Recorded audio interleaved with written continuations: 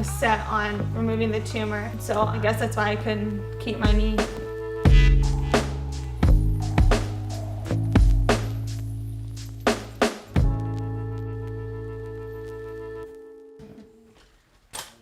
"20-year-old Gillian was diagnosed with bone cancer a year ago. I had that feeling of what if, but I was like, it can't be. I mean, I'm 19 years old, I'm playing college volleyball, like, how could that have happened? Well, it's every parent's worst nightmare when you hear your child has cancer. About September of last year, of 2016, she started experiencing problems in her knee. She was playing volleyball at college, and she was at a tournament. And so we all just assumed it was just, tendonitis, just overusage.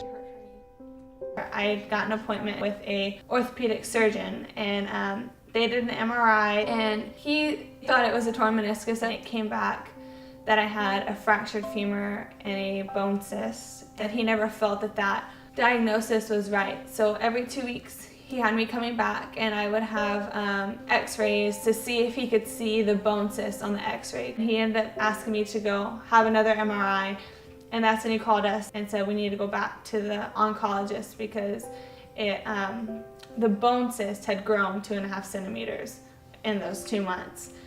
And so they did an open biopsy, and that is when it came back positive for Ewing sarcoma. Well, we've had it twice because Joel's dad had cancer in 2014, and I can remember his words exactly. It's just sort of like you have an out-of-body experience when someone tells you one of your loved ones has cancer. For me, it was very hard. It still is. I told my parents, I told my dad especially, I was like, you've got to stop making the sad dog face and start like smiling. Like, I'm gonna need y'all's help to fight. I can't do this alone. I said I don't want any crying. She gets mad at her daddy sometimes because he cries, but he also he'll just look at her and she tells him, I'm not an alien, I'm still Gillian. Why are you looking at me like that? And I know why he's looking at her like that, because it's just you want to savor every moment you have with him.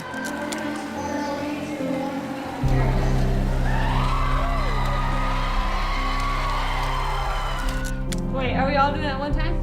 A family hug? Okay. Don't look at the camera. Oh.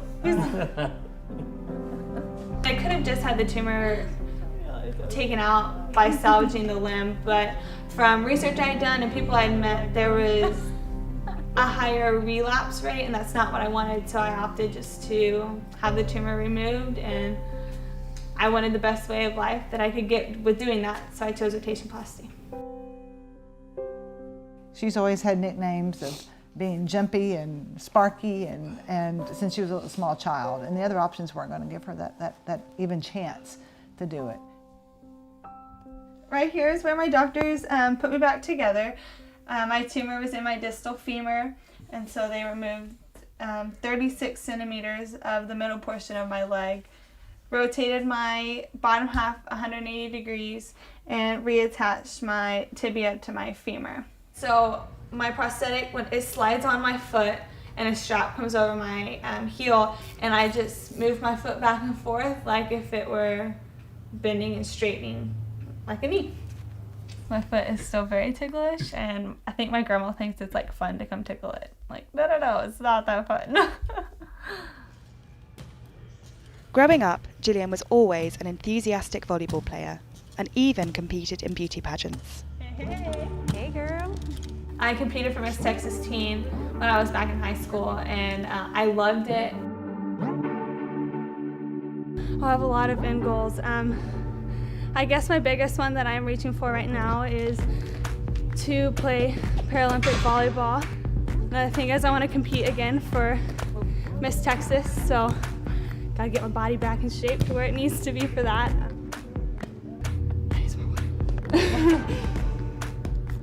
Look at my face, might be purple. That's a good thing. So, good. Push.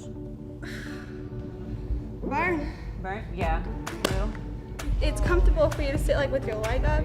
I don't know if it's because like normally like girls sit with both knees up, but I don't have the knees, so I just Yep. the foot goes And you in the hold air. it.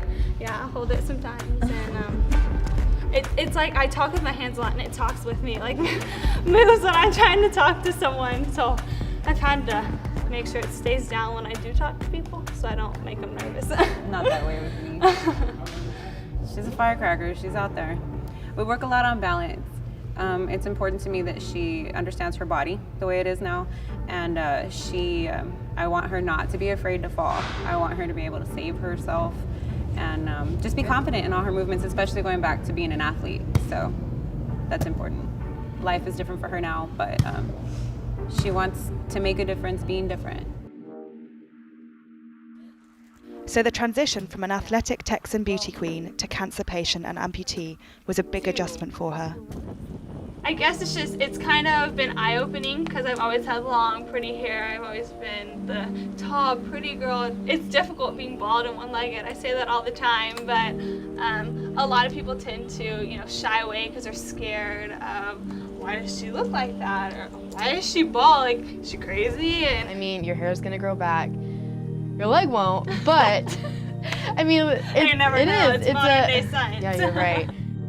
I've embraced it full-heartedly, but I know people, like other people, see it as a freakish thing and are kind of like taken back by it.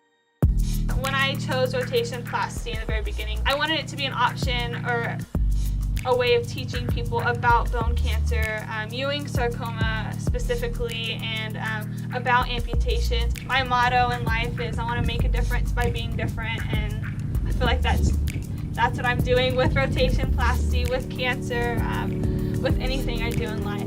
You don't tell me which way to go.